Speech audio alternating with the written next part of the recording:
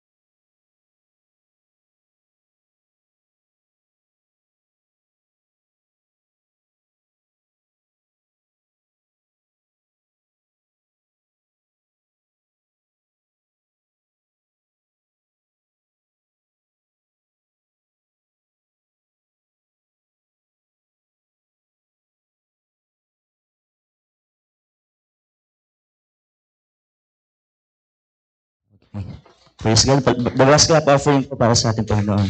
Malakas pong palakpak. Hallelujah. Praise the Lord. Tayo po tumayo sa oras na ito. And let's read our text na panagkunan po ng ating theme for this month. Hallelujah.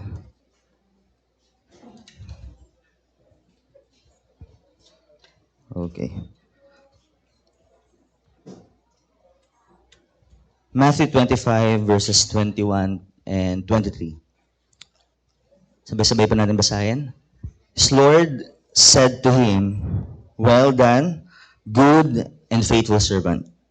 You were faithful over a few things. I will make you ruler over many things. And enter into the joy of your Lord." His Lord said to him, "Well done, good and faithful servant. You have been faithful over a few things. I will make you ruler over many things. Enter into the joy of your Lord." May the Lord bless the reading of His Word. Tayo po'y manalangin sa oras na ito. Panginoon, patuloy ka naming tinataas, dinadakila, pinapasalamatan, Panginoon, sa umaging ito. Salamat po sa pagkakataon na kami, Panginoon, ay makakapag-aral ng salita. Hiling po namin, O Diyos, sa oras po nito, na malaya po kayong magturo sa bawat isa po sa amin. We pray, Lord God, that yung mensahe nyo ang aming matanggap, Panginoon. We believe na wala po kayong lalampasan sa bawat isa po sa amin. Sapagkat ang bawat isa po sa amin, O Diyos, ay naglaan po ng oras, ng panahon, para makaniig ka, makausap ka, Panginoon, sa dako pong ito. Salamat, O Diyos. At dalangin po namin, Banal na Espiritu, malaya kayong kumilos sa aming kalagitnaan. We acknowledge that you are our great teacher. You will help us to glorify Jesus in this place. And you will help us to receive not only information, but revelation that will cause transformation in our lives, O God. Marami po salamat at patuloy, O Diyos, hinihilingin po namin the covering of the holy blood of the Lamb of God in this place so that any plans and work of the enemy, Lord God, will not penetrate and prevail in this place, Lord God. We declare that Jesus is Lord over the message that we will be heard, and Jesus is Lord over the second service. We give you praise, we give you glory, we give you honor, and this is our prayer in Jesus' name. Amen, amen. Muli po, the best clap offering sa ating Panginoon at batiin po natin yung ating katabi sa kaliwa, sa kasakanan ng good morning po, good morning. Magandang umaga po sa inyo. So tayo po ngayon ay nasa last Sunday na po ng buwan ng September at ito po ay parang concluding message, pero yung binigay po na mensahe sa akin ng Lord, pina-detail niya pa po. Kaya I'll do my best po para mas mapaikli po ang oras ng ating pag-uusap. Pero we will still depend upon the leading of the Holy Spirit. Hallelujah. Ating po pag-uusapan ngayon is Arise and Build, a servant-oriented ministry. Yan po yung ating theme.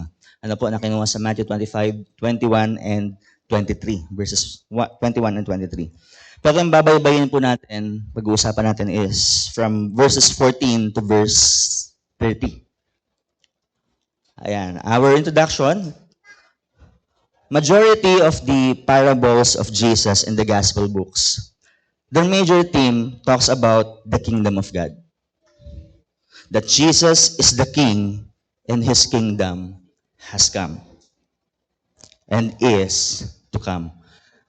Majority ho ng parables o talinhaga ng Panginoong Hesus na binitawan po sa gospel books, Matthew, Mark, Luke, John, ay patungkol po sa kingdom of God, sa paghahari ng Diyos. Kaya kung babasahin po natin yung mga parables sa Jesus, lagi siyang nabibigay ng analogy, ng isang example na mas magbibigay ng kalinawan doon sa gusto niyang sabihin.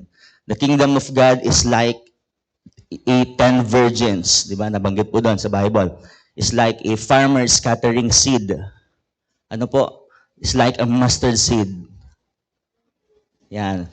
Kaya, pero majority po ng parables lang ni Jesus patungkol siya sa kingdom of God. Pero hindi po lahat.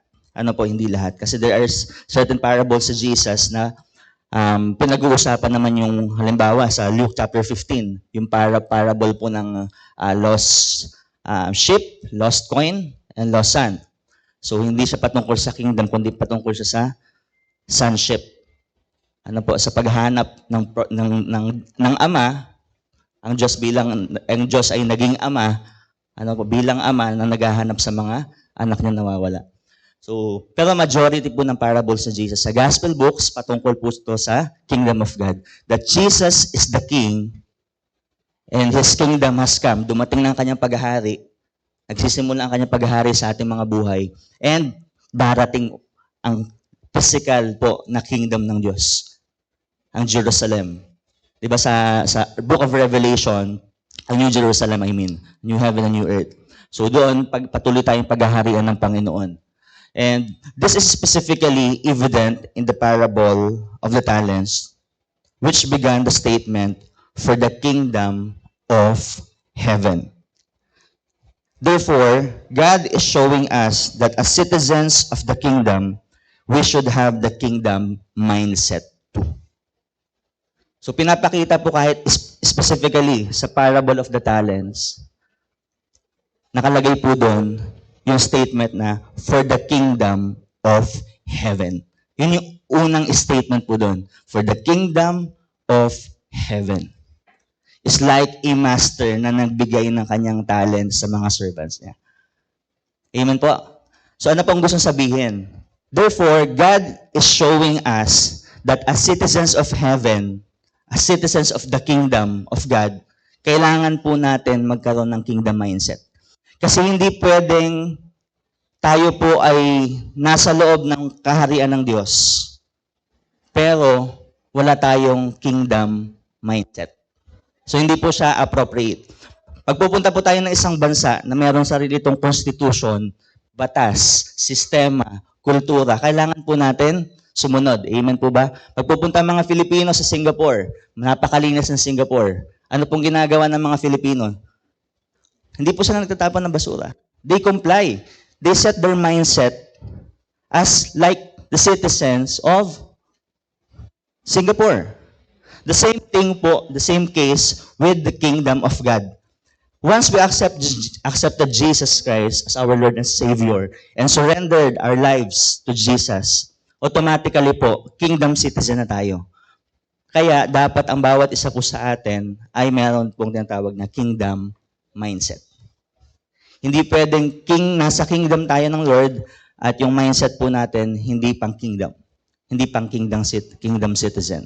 Hindi, very very inappropriate siya. Ang pinaka-appropriate po ay tayo po ay mayroong kingdom mindset. Amen po ba, mga kapatid? And our title for this teaching is Kingdom Mindset. And kingdom mindset is guided by kingdom principles. That's why our subtitle is 9 Kingdom Principles in the Parable of the Talents. In order for us to have a kingdom mindset, dapat meron po tayong tinatawag na kingdom principles. Yun ang ating guide para magkaroon tayo ng kingdom mindset. Meron tayong kingdom principles. Number one principle po is principle of calling. Principle of calling. For the kingdom of heaven is like a man traveling to a far country who called his own servants. Yung master, yung hari, tumawag po siya ng mga servants. Tinawag niya sila. At ganoon din po sa ating mga buhay. Ang bawat isa po sa atin, nung tayo po ay nagsuko ng ating buhay kay Jesus, truthfully, binigyan niya po tayo ng pagkakatawag. Kaya kung mapapansin niyo po, hindi outsider. He called his own servants, not outsider. Kasi hindi niya tatawagin yung hindi niya kasama sa kingdom. Okay na po. Kaya kailangan natin magkaroon ng kingdom mindset. Hindi outsider but servant. Servant, nasa loob po siya ng kingdom. Nung tinanggap natin si Jesus, binigyan niya po tayo ng pagkakatawag. At ang bawat isa po sa atin ay tinawag niya. Every one of us is called by God. Meron po tayong calling. Kaya lang magkakaiba lang po yung pagkakatawag ng Diyos sa bawat isa po sa atin. Kaya dapat maging malinaw lang po yun sa atin. Hindi lamang po yung mga nasa harapan yung may calling. Akala po kasi ng karamihan, yung mga nagtuturo, yung mga nagpapakanta lang yung may pagkakatawag, mabuti pa sila pastor, mabuti pa yung mga worship leader, sila brother and sister, alam na nila yung calling nila. Hindi po. Hindi lamang po dito sa harapan. Hindi lamang yung mga nakikita natin. Yung may pagkakatawag, lahat po tayo mga kapatid. So don't belittle yourself. Amen? Lahat po tayo may pagkakatawag. Maniwala po kayo. Hindi lamang po kayo tinawag ng Diyos para maligtas. Hindi lamang po tayo tinawag ng Diyos para maupo sa church, pag church services. Tinawag po tayong lahat ng Diyos. Meron po tayong kanya-kanyang assignment. Kaya kailangan lang natin i-discover yun. Naalala ko po yung sabi sa man of God, the greatest failure in life is to be successful in a wrong assignment. Magiging wrong assignment lang kapag hindi mo alam yung assignment mo. Kaya dapat yung isip po natin, mga kapatid. Ano ba yung pagkakatawag ng Lord sa akin? Huwag po nating ipilit na kung minsan yung mga nasa harap, yung gusto po natin maging katulad ng mga nasa harap. Meron po tayong kanya-kanyang pagkakatawag. Amen? Pangalawang bagay po, principle of stewardship. Principle of stewardship. And after he called his servants, after the master called his servants, he delivered his goods to them. Ano po sabi ng Bible? His goods, ang kanyang goods, ang kanyang talents, binigay niya sa mga servant niya. Hindi sinabing he delivered them their goods. Kasi hindi yun sa kanila. Amen? Hindi po sa kanila yung talent. Talaga. Kanino po nanggaling yun? Sa Diyos. Sa master nila. His goods, not their goods. If we have the kingdom mindset, it will lead us into stewardship, not ownership. Ulitin ko po mga kapatid. If we have the kingdom mindset as citizens of the kingdom, it will lead us not to ownership, but to stewardship. Malinaw sa atin na lahat ng meron tayo, lahat po as in, hindi po sa atin. Ito po'y pahiram lamang. At ang tawag po sa atin ay caretaker. Katiwala. Amen? Wala sa atin ang ownership. We are just managers, in other words. Managers. Managers are not owners. Amen? They are the ones who manage what they are managing. Kaya, pag malinaw po sa atin, ang kingdom principles ng Panginoon, na tayo po ay kingdom citizen, na meron tayo dapat kingdom mindset, lahat ng meron tayo ay pinagkatiwala lang ng Diyos. Wala tayong sense of ownership. Hindi natin pwedeng angkinin ang mga bagay-bagay. Lahat yan ay pinahiram lang. Maging ang ating mga buhay. Whatever we have is from God and we own nothing. Pag malinaw po sa atin, mga kapatid, ang principle of ownership, as part of the kingdom of God, of having a kingdom mindset, malinaw din po sa atin na ang paglilingkod ay hindi lamang sa church. Ulitin ko po. Kapag malinaw sa atin ang principle of stewardship as part of having the kingdom mindset, malinaw po sa atin na hindi lamang tayo sa church pwedeng maglingkod. Everything we have is from God. Now, kung lahat ng meron sa atin, lahat ng meron tayo ay galing sa Diyos, why not ipagamit po natin sa Diyos? Kasi nga, katiwala lamang tayo. Meron pong mabuting katiwala, meron namang hindi mabuting katiwala or hindi mapagkakatiwalaan na katiwala. Amen po ba? At the Bible is very clear in this kind of servants. So kapag malinaw po sa atin ang principle of stewardship, sabi ko nga, hindi lamang po tayo sa church pwede mag-serve. Malinaw sa atin. Bakit po maraming mga Christians dumadating sa point na nako-compromise nila yung ibang bagay? They compromise their work, their profession, their school as students. They compromise their relationship. It's because they remove God in the equation sa aspeto ng buhay nila na yun. Pero pag malinaw po sa atin na that we can serve God wherever we are, mga kapatid, hindi tayo magko-compromise.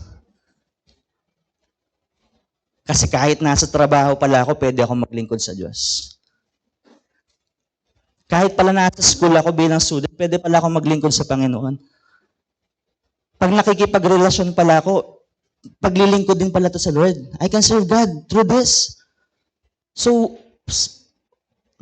mami-minimize yung chance na mag-compromise ang isang mananampalataya. Kasi nga andun si Lord. Kaysa yung isip po na natin ay nakakapag-serve lang tayo kay Lord pag nasa church. Pag wala nasa tayo sa church, okay lang, hindi pwedeng alisin ko ang pagiging Christian ko muna for the meantime. Nakuha niyo po mga kapatid. Yun po ang principle of stewardship. We can serve God wherever we are. Example po, biblical example. Joseph, kilala niyo po si Joseph the Dreamer sa Old Testament.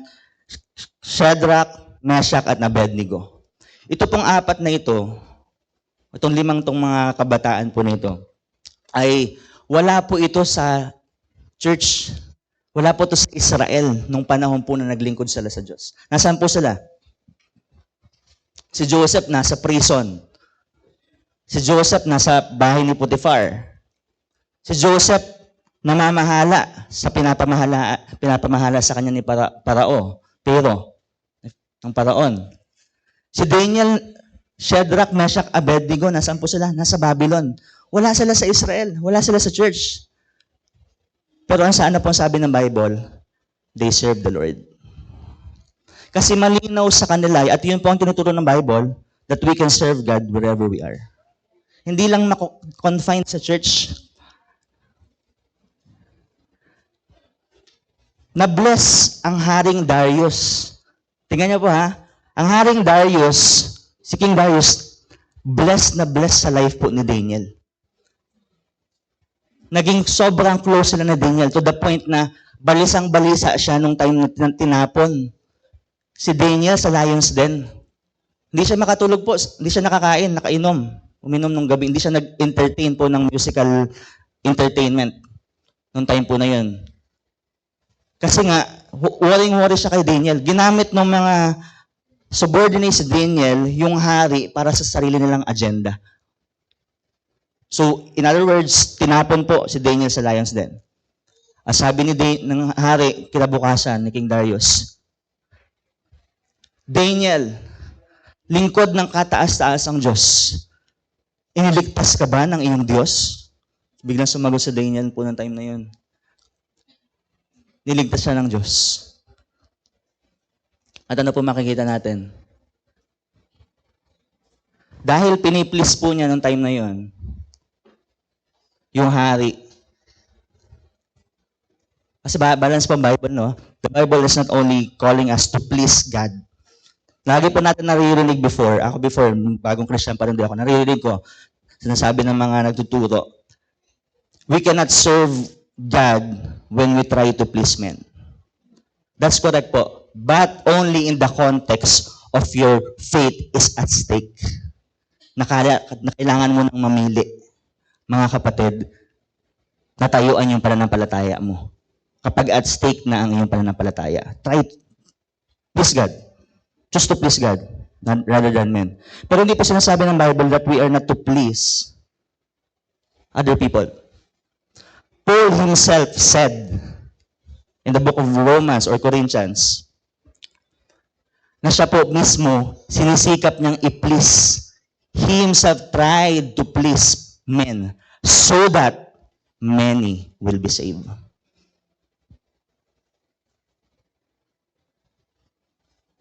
Pagkasama niya mga Hudyo, he was acting like a Jew. Pagkasama niya mga Gentiles, he was acting like a Gentiles. Pero pag at stake ang kanyang pananampalataya, tatayo siya. Kasi kahit, di ba pa sabi ng Bible, we are the light of this world. Amen mga kapatid. Tayo ay po ay liwanag ng mundong ito. Pero kahit maliwanag tayo, pag malayo ang loob ng tao, hindi natin ito maaabot. Do you follow mga kapatid? Ito po, maliwanag. Parang ganito po tayo. Kahit maliwanag tayo, hindi natin maaabot ang tao kapag malayo sa atin. Kasi malayo ang loob. Kaya yun, doon papasok po yung principle of stewardship. Do your best when you are in your work. Do your best when you are in your school as students. Do your best wherever you are. In your business, in your relationship. Try to honor God. Give your best to honor God wherever you are. Kasi lahat ng meron po tayo, hindi talaga sa atin. Ito po'y hiram lang. At bilang steward, ipagsusulit po natin ito sa hinaharap. Kung paano natin ginamit yung binigay ng Diyos na hiram sa atin. Na pinahiram lamang ng Panginoon. Amen po mga kapatid. Pangatlong bagay po, principle of ability. And to one, he gave 5 talents. To another, 2. And to another, 1. Each according to his ability. Nagbigay ng 5 according sa kanyang ability. Nagbigay ng 2 according sa kanyang ability. Nagbigay ng 1 according sa kanyang ability. Ito po ay ability pa rin po ng Diyos kasi wala naman po tayong sarili talagang abilidad. Galing pa rin po yan sa Panginoon. But ang point po dito, meron tayong ability. Kanya-kanyang ability. Ay sabi po ng isang man of God, sabi ni Dr. Miles Monroe, don't ever make the mistake of telling God that you have nothing to offer. Huwag daw po tayong magkakamali na sabihin natin sa Diyos, wala naman ako Lord may offer sa iyo. Hindi naman ako katulad ng iba na laging na kagamit-gamit, talentado, maraming alam, skillful, parang nasa kanila ang lahat, parang si Daniel Padilla, parang si Catherine Bernardo, parang yung katulad ng artista na iniidolo ko, parang yung bilyonaryo na sobrang yaman. Wala naman po akong sa ganung sitwasyon, Panginoon. So that simply is not true. God does not create any junk. God does not create any junk. Ang Diyos po hindi nagkikreate ng basura. Junk po, di ba? Junk is purposeless. It is a waste. Ang Diyos po hindi siya nagkikreate ng waste. Kaya nung create po niya tayo, meron po tayong ability. We can have something to offer to God. Meron po tayong may offer sa ating Panginoon. Hindi man siguro kaparehas po ng mga nakikita natin na sobrang kagamit-gamit na nakita natin sa harapan. Pero lahat po tayo meron. Lahat po tayo may pwedeng i-offer sa Lord. Iyon po mga kapatid, para po wala akong kausap. Yun po yung katotohanan. Meron po tayong kanya-kanyang ability na binigay ng Lord. Kung mayroon po tayong gift of help, gamitin po natin. Meron tayong ability para mag-support, gamitin po natin. Mag-encourage, gamitin po natin. Hindi lamang po yung mga nasa harap na nakita natin. We have our own ability. And part po ng ability, mga kapatid, is yung tinatawag na service sa Lord. Kasi yung ability natin is always inclined to what God has called us. Sabi po dito, ministry mismatch is the same as job mismatch. Are you familiar po with the words job mismatch? Yung graduate ng nursing, nagtatrabaho sa bangko. Graduate ng about sa accounting, nagtatrabaho as steward. Graduate ng architecture, nagtatrabaho as therapist, physical therapist. Job mismatch siya. Mayroon din po tinatawag na ministry mismatch, mga kapatid. Yun yung nasa isang ministry ka na hindi yun yung suited sa ability mo.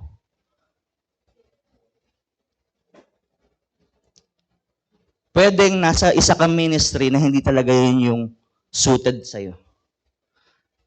The Bible is very clear na pagpapasok po tayo ng ministry, hindi lang sa church ministry po, no? Sa lahat, sabi ko nga po yung calling, hindi lang siyang confined sa church.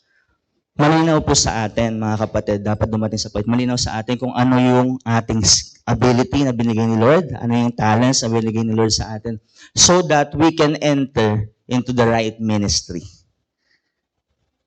Ulitin ko po, yung ministry hindi lamang patungkol sa church. Hindi lamang po ito nangyayari sa church setting. Kaya nagkakaroon din po na natin tawag na ministry mismatch. Kasi kapag tama yung ministry natin, mas magagamit tayo effectively ng Lord. Amen po, mga kapatid. Mami-minister tayo. Kasi ang purpose po ng ability ng gifts, kung babasahin niyo po yung Corinthians, is to edify the church. Mapalakas, ma-encourage ang church. Nakita niyo po yung sa Corinthians, nabanggit po doon, hindi po lahat ng parte ng katawan, puro lang mata, puro lang tainga, puro lang bibig. Kasi ano pong itsura ng puro lang ganon. Hindi po siya mukhang katawan. Ang katawan po, body, is composed of many parts. Maraming parts. Ngayon po, yung kada parts po na yun, meron yung tinatawag na specialty. Pag sinabing tenga, hindi yung more of speaking. It's more of hearing. Pag sinabing mouth or lips, it's more of speaking. Kapag yung ear nagfa-function as mouth, what will happen po? It is chaotic. Pag yung mouth nagfa-function as kamay, pangdampot, halimbawa po, it is very chaotic. Kaya meron po tinatawag na right ability into the right ministry. Amen po, mga kapatid. Lahat po tayo, we have something to offer to God. Wala pong hindi nakasalo nung nagpaulan ng Diyos ng abilidad. Lahat po tayo gising nung time po na yun, mga kapatid. Amen po ba? Yan. Pang-apat po is principle of initiative. Principle of initiative. Napansin niyo po ba, nung time po na yan, sa parable of talents, wala naman binigay yung master na instruction eh. The master did not give any instructions to his servants, but they initiated. Nagkusa sila. Basahin niyo pa yung parable of talents. Wala pong instruction na binigay master. Ito gawin niyo ha, pagbigay ko sa inyo 5, ikaw gawin mo. Itong pagbigay ko sa inyo itong 2, gawin mo to. Itong binigay ko sa inyo 1, itong gawin mo. Wala pong instruction na kayo mababasa na ganun.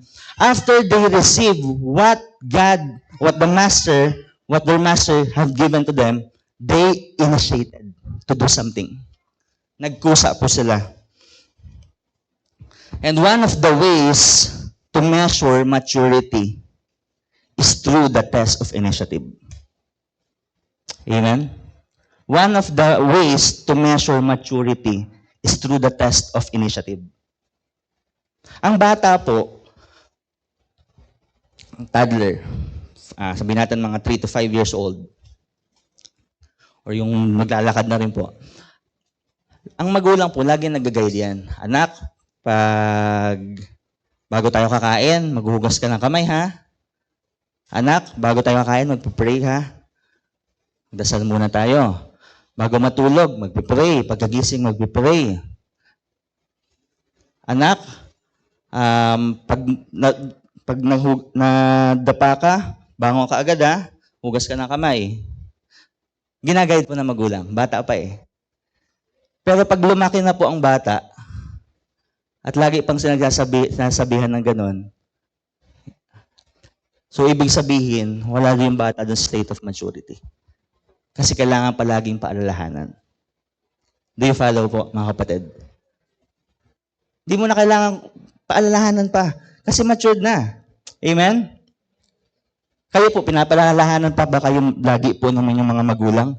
Na anak, bago ka magkakain, maghugas ka muna ng kamay, ha? Magbibigay ka ng po at opo, ha? Pag nakikipag-usap ka sa matanda. Mag-aamen ka kapag may matandang kasalubong.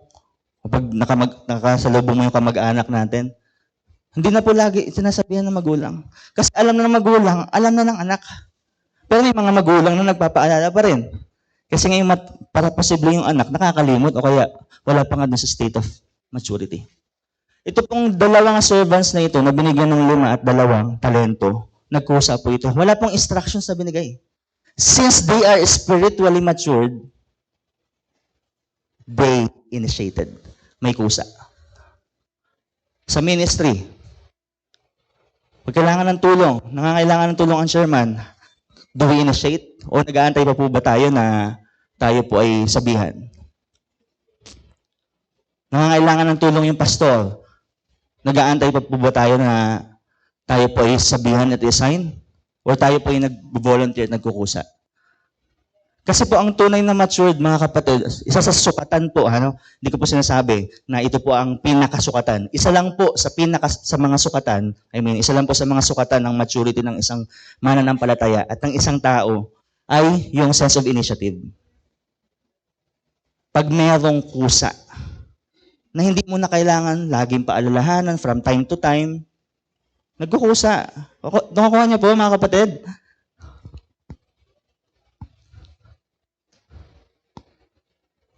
Katulad ng mga anak sa magulang. Kung kukusa, dapat ang mga anak sa magulang. Amen po? Hindi na kailangan paalalahanan. Ganon din ang magulang sa anak. Kasi matured na pag ganun. Maganda din yung pagpapalaki ng magulang. Nag-reflect din po yun.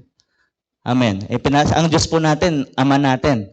Maganda naman siguro po ang pagpapalaki sa atin ng Diyos. Hindi naman tayo pinapabayaan ng Diyos. Amen po. Kaya dapat dumating tayo sa point ng maturity. I-aim po natin, mga kapatid. Wala pa sa ating ganap, pero lahat po tayo papunta dun. Yung pacing, yung bilis, nakadepende lang po yun din sa atin kung paano tayo makapag-operate sa Diyos. Principle of initiative. Principle of initiative. Number 5, principle of knowledge. Principle of knowledge. Alam niyo po kung bakit nag-initiate ito pong 2 servants? Aside from being matured, nagkusa po sila dahil kilala nila yung kanilang master. The master did not give any instructions to his servants. But since they knew him, they knew what he wants. Ulitin ko po. The master did not give any instructions to his servants. Wala siyang binigay na instructions sa kanyang servants. But since they knew him, kilala nila yung kanilang master, alam nila kung ano yung gusto ng kanilang master. Amen? Amen po. Pag kilala niyo po yung isang tao, alam niyo po yung gusto niya sa kaayaw niya. Halimbawa sa mag-asawa, sa magkarelasyon, sa magkaibigan. Minsan nga, tinginan pa lang eh. Tinginan pa lang. Di ba? Tinginan pa lang, may alam na. Yung best friend mo po, tingnan mo yung best friend, magkatinginan na kayo, alam niya nang gusto niya sabihin ng isa't isa. Kasi nga, kilala niya yung isa't isa. Since meron silang relationship, itong master at servants sa isa't isa, alam po nila yung gusto ng kanilang master. Hindi na sila nagtanong, master, ano pong gagawin namin dito sa 5 talents? Itong binigyan ng 2, ano pong gagawin namin dito sa 2 binigyan ng 2? Ano pong gagawin ko dito sa binigay mo pong talents? Wala na pong tanong na ganun. Gets na nila. Kasi meron silang relationship. Amen po? Saka pag kilala mo din ang isang tao, alam mo yung mga ayaw niya. Hindi mo na iiwasan mo na gawin yung ayaw niya. Kasi pwedeng magkaroon ng conflict. Bawa sa relationship po, no? Pag paulit-ulit na lang, naiinis yung isa po, di ba? Naiinis isa, bakit? Paulit-ulit na lang. issue na natin to before, tapos issue na naman ngayon.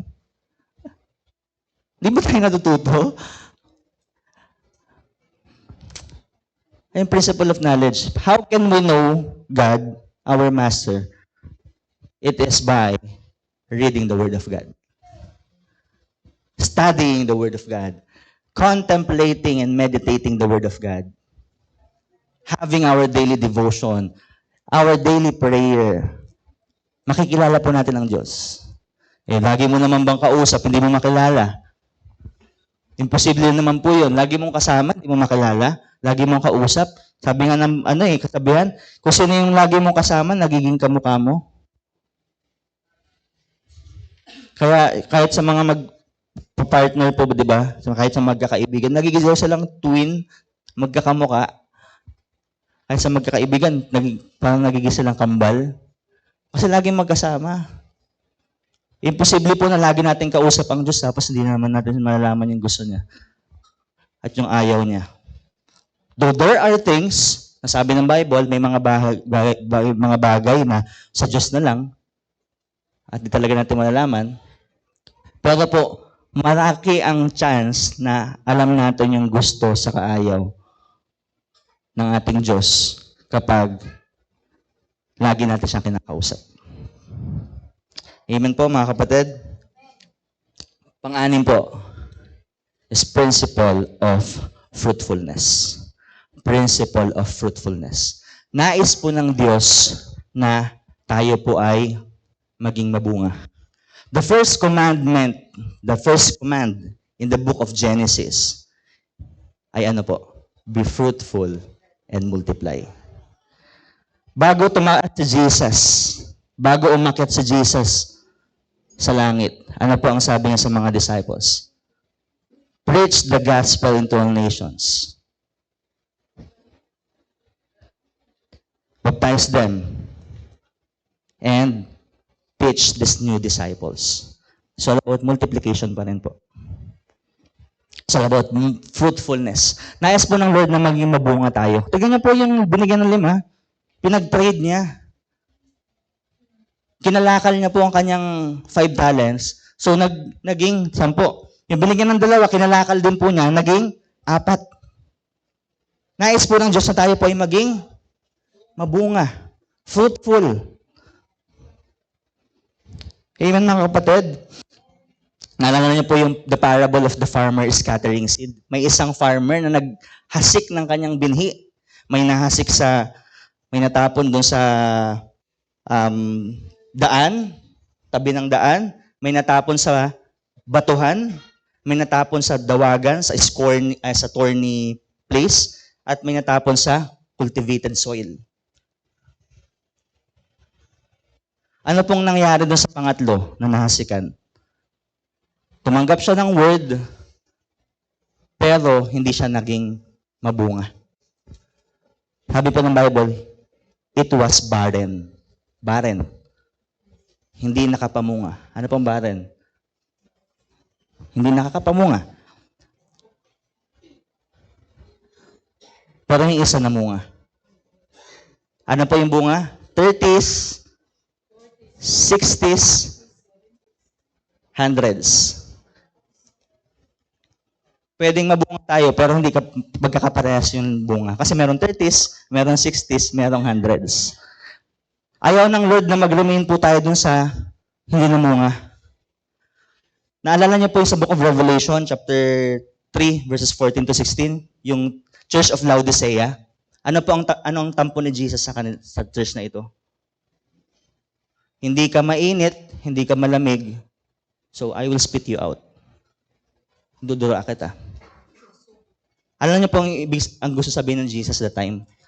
Malinaw yan sa kanila, sa Book of Revelation, sa church na ito, ng Laodicean Church.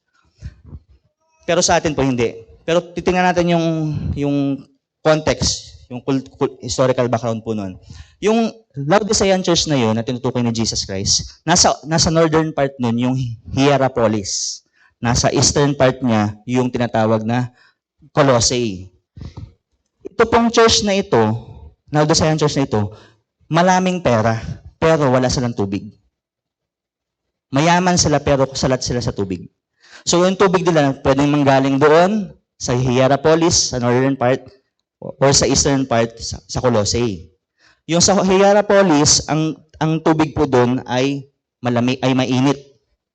Kasi hot spring po, sa hot spring nanggagaling yung tubig doon. Ito namang Colossae, malamig. Kaya ilang panahon pa yung travel nila from Colossae and Hierapolis to Laodicea, dumarating yung tubig, maligamgam na. Kaya sabi ni Jesus, I will spit you out.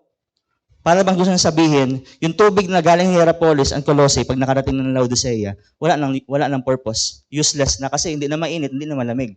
Kaya sabi ni Jesus, gusto sabihin ni Jesus Christ, dapat mainit, malamig. Nakuha niya po yung analogy. Ibig sabihin, purposeless and useless. Yung tubig doon. At ganoon din po yung sa parable of the farmer scattering seed. Ayaw ng Diyos na hindi tayo fruitful. Gusto niya fruitful po tayo. Gusto niya po namumunga tayo. Amen po. Namumunga tayo ng souls. Namumunga tayo ng fruit ng Holy Spirit. Nagiging tayong productive. Amen po, mga kapatid. Yan po yung kingdom mindset. And number 7. Next slide po. Number 7. Principle of utility. Principle of utility. Tingnan niyo po itong verse 29. Nagsulit na po yung dalawang servants. Yung binigyan ng 5 at yung binigyan ng 2. Pinagsulit din po niya yung isa. Ang ginawa po ng isa, binaon niya yung kanyang talent. Tapos, hindi natuwa yung master. Ang sabi niya po, to those who use well what they are given, even more will be given. And they will have an abundance. But from those who do nothing, referring po dun sa binigyan ng isang talent na binaon niya yung talent niya. But from those who do nothing, even what little they have will be taken away. Verse 30, now throw this useless servant. To those who use well, throw this useless servant. Principle of utility. Nais po ng Diyos na yung binigay sa atin, gamitin natin. Yung binigyan po ng isa, hindi niya po ginamit eh. Binaon niya lang po. Tapos mali pa siya ng pagkakakilala sa master niya. Di ba sinabi niya, kilala kita? Kilala kitang master ka? Umaani ka na, hindi mo naman pinaghirapan. Kaya sabi nga sa kanya ng master niya, kung kilala mo pala akong ganyan, sana dineposit mo na lang sa bangko, di sana nagka-interest pa. Inayos po ng Diyos, lahat ng binigay niya po sa atin, according to our ability, must be used for Him. For Him. For Him. Magamit po para sa Kanya. Hindi lang para sa ating sariling interest. Kasi marami pong skillful, marami pong may ability, marami pong may talent, pero pinapagamit nila sa ibang bagay. Hindi sa Diyos. Pero take note po, let's make it balance. Sabi ko nga po, hindi lamang tayo sa church pwede maglingkod sa Panginoon. Kahit nasa ibang lugar po tayo, saan man tayong profession, nasa school tayo, bilang estudyante, nasa business tayo, pwede natin itong gamitin sa paglilingkod sa Lord. We can still honor God through that. Pero yung may sarili na tayong agenda, doon na po nagkakaroon ng problema. Nagiging red flag na po yun. Amen po? Ako niyo po yung gusto kong sabihin, mga kapatid. That is called principle of utility. The Lord wants us, each one of us, na magamit natin, gamitin natin intentionally yung binigay niya sa atin for His glory. Kasi time will come, kapatid, ito po ang nakakatakot. Too much is given. Too much is required. Sa binigyan ng marami, malaki ang kanilang pagsusulit. Pwede ngayon, asset natin yan, but time will come, liability natin yan. Pag hindi natin ginamit lahat ng meron tayo ngayon, halimbawa, parang lahat nasa atin na, compare sa iba, we need not to compare ourselves to them, pero ang point po dito, parang nasa atin na yung lahat. We feel so blessed, maraming nasa atin, pero i-require po na tayo ng Diyos na magsulit niyan. Time will come. Magiging liability yan kapag hindi natin ginamit for His glory. Asset yan ngayon. But time will come in judgment day, they will become liability. Kasi hindi natin pinagamit sa Panginoon. Kaya dapat natin paggamit ngayon pa lang po. Huwag na natin sarilinin. At huwag lang natin sarilinin para sa ating pamilya. Para sa lahat po. For the kingdom of God. Because that is the kingdom principle. Ano po? Kingdom mindset. Number 8, principle of faithfulness. Dalawa na lamang po. Principle of faithfulness. Ano po sabi ng Lord dun sa dalawang servants? Na binigyan ng 5 at 2? Well done, good and faithful servant. Ano po ulit sabi ni Lord? You were faithful. Naging tapat.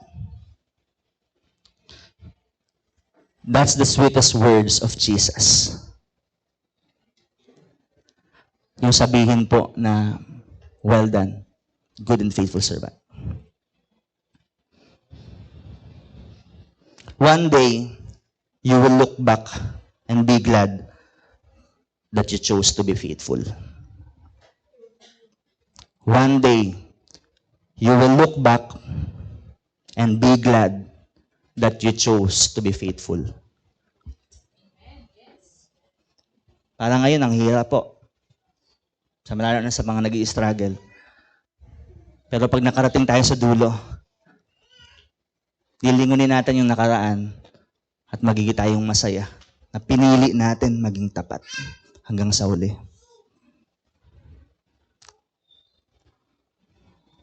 Na kahit may pinagdadaanan po tayo, may mga pagsubok, let's keep on holding the hand of God. Let's keep on putting our faith on God. Let's keep on running. Let's keep on striving. Yes, malayo ka pa. Malayo pa siguro tayo. Malayo ka pa sa dulo. Pero malayo ka na. Malayo na po na nasimulan natin. Malayo na po nang mula doon sa kung saan tayo nagsimula. Hindi na ito yung panahon para sumuko. Kaya sabi ko, one day you will look back and be glad that you chose to be faithful. Sa ngayon, parang ang hirap. Lalo na kung may pinagdadaanan ng isang mananampalataya. Pero pag nakarating po tayo sa dulo, lilingunin natin yung ating journey. Magiging masaya po tayo na pinili natin maging tapat hanggang sa huli.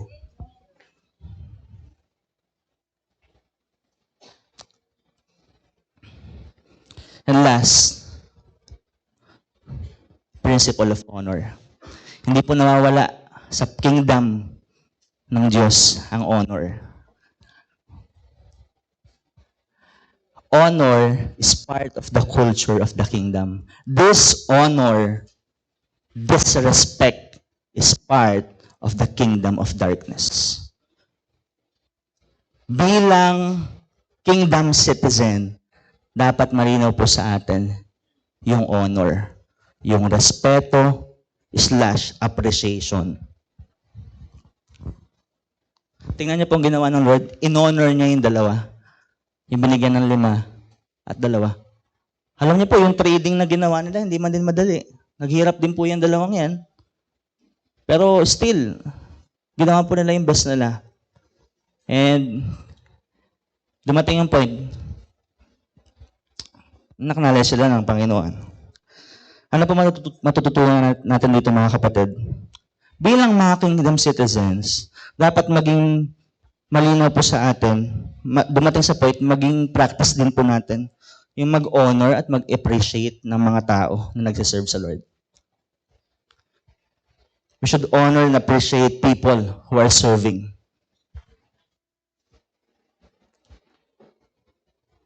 Amen po?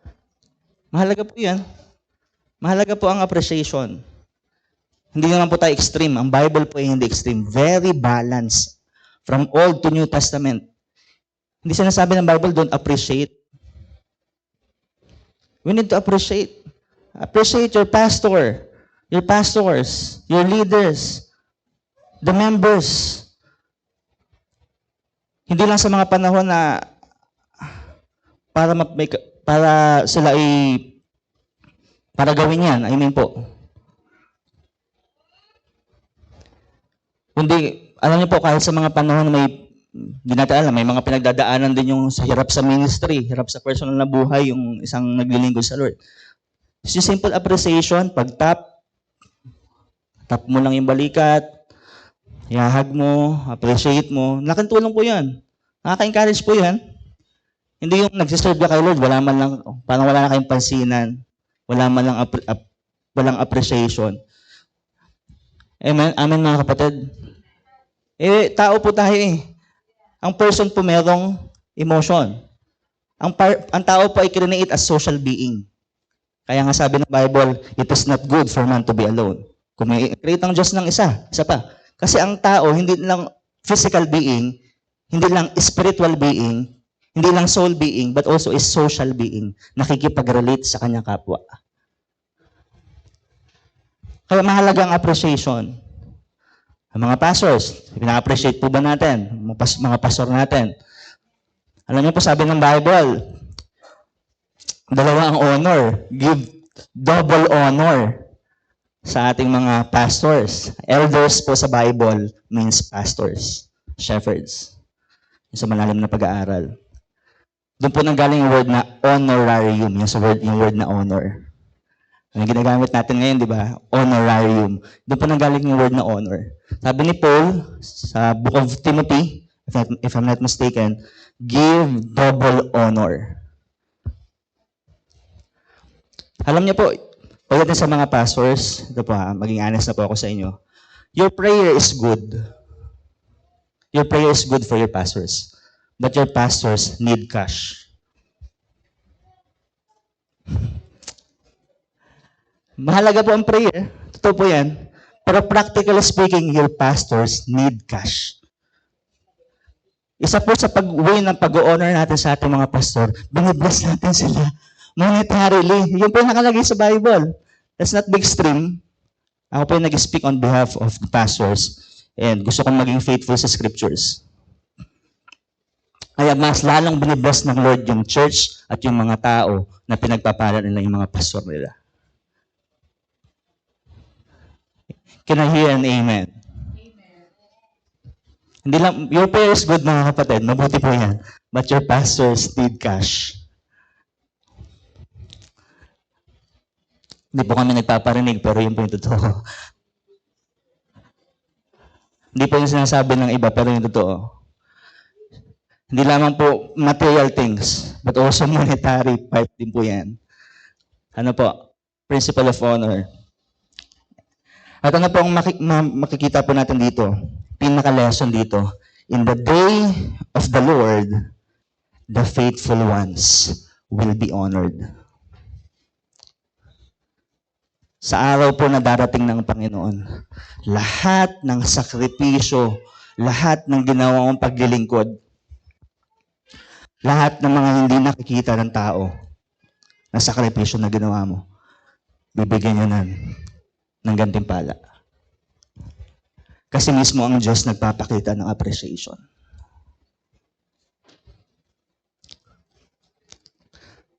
Ina-appreciate niya lahat ng ginagawa natin. Amen mga kapatid? Yung kahit hindi minsan na-appreciate ng tao kasi ang tao kulang na sa appreciation. Kasi yung iba naman, they cannot give what they don't have. Hindi sila na-appreciate. Kahit hindi sila makapag-appreciate. Pero hindi po yung license para hindi tayo mag-appreciate. But ang point is, dumating man tayo sa ganung point, wala tayong na-receive na appreciation. Pero pagdating ng panahon ng Diyos ay darating. Si Jesus bilang hari ay re-rewardan po tayo sa lahat ng ating sakripisyong ginawa sa Kanya. He will honor us. Kaya sabi ng Bible, the glory or the suffering, the hardships, the difficulties that we are experiencing here on earth will never be compared to the glory that awaits us sa muling pagbabalik ng Panginoong Hesus.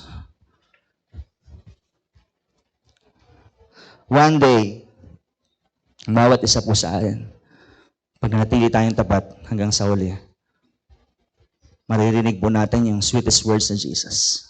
Well done, good and faithful servant. For our recap, kingdom mindset.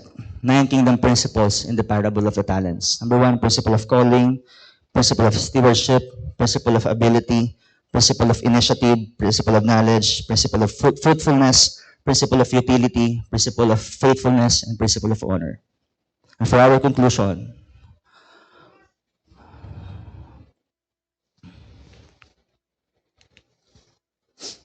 as citizens of the kingdom, we should live with a kingdom mindset, which is guided by kingdom principles written in God's constitution, the Bible.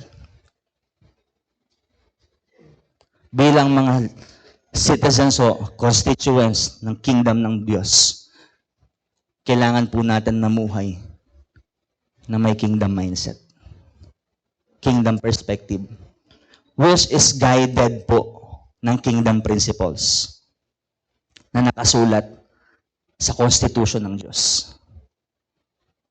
Ang Pilipinas may constitution.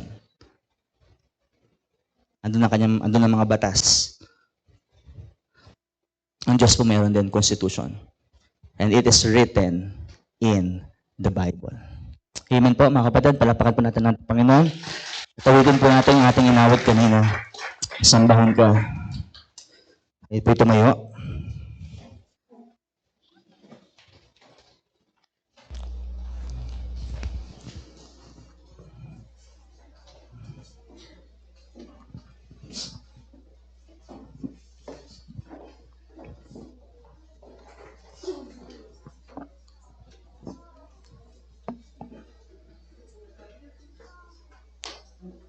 Praise God. Hallelujah.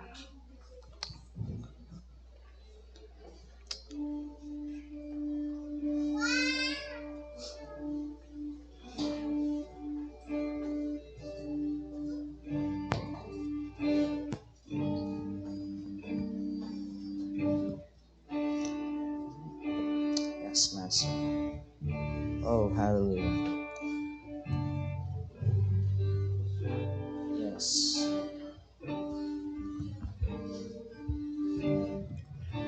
Ika'y sadyang kahanga-hanga kahit na ulitin ko. Sabihin mo. Sabihin ko, mahirap man sa larawan ng damdamin na awitin ko. Aking Diyos.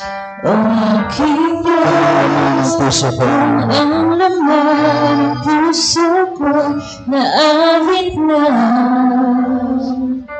Maging sakali hininga. Minsan pa ika'y sadyang kahanga, ika'y sadyang kahanga, kahit na ulitin ko. Sabihin ko, mahirap man sa larawan ng damdamin na awitin ko. O aking Diyos, kung ang laman ng puso ko'y naawit na, maging sarili ang hininga. Ang nais ko ay sambahin ka, sambahin ka. Ang aking katuruan sa iyong kadakilaan. Sambahin ka, sambahin ka. Ang tanging kadahilanan ng buhay ko'y karatas na sapat. Di man sapat lahat ang nalalaman nila. Ngunit sa'yo ulitin ang pag-ibig ko.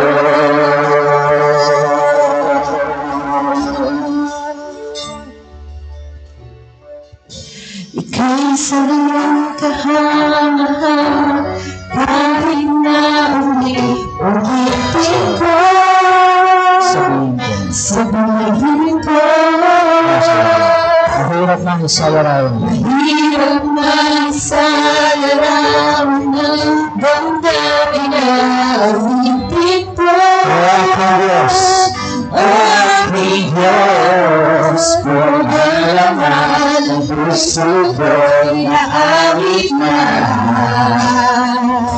maging sa huli-hulihan hininga. Nais ko'y sambahin ka, sambahin ka. ang aking katutunan sa'yo nagapilaanan. Sambahin ka, sambahin ka. Ang tanging kadahilan Ang buhay ko palakasan, di na sapat lahat ang nalalaman ng hilig. Ngunit sa'yo ulitin ang pag-ibig. Sambahin ka, sambahin ka. ang aking katutunan sa iyong kadakilaan. Sambahin ka, sambahin ka, ang tanging kadahilan ng buhay ko't kalakasan.